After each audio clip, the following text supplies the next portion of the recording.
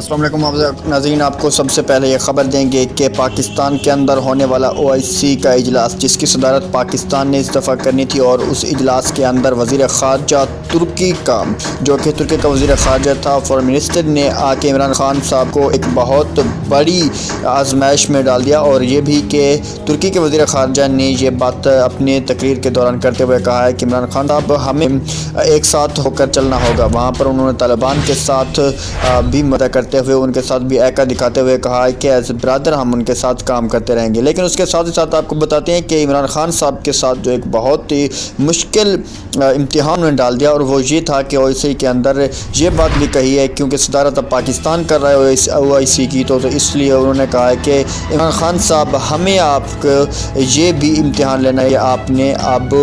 اسرائیل کے ساتھ جو کہ ایک اس کے غضب میں ہے فلسطین، اس کو بھی آزاد کروانا ہے۔ یہ ترکی کے وزیر خارجہ کا بیان تھا OIC کے اجلاس میں، جہاں پر پاکستان نے آج صدارت کی تھی۔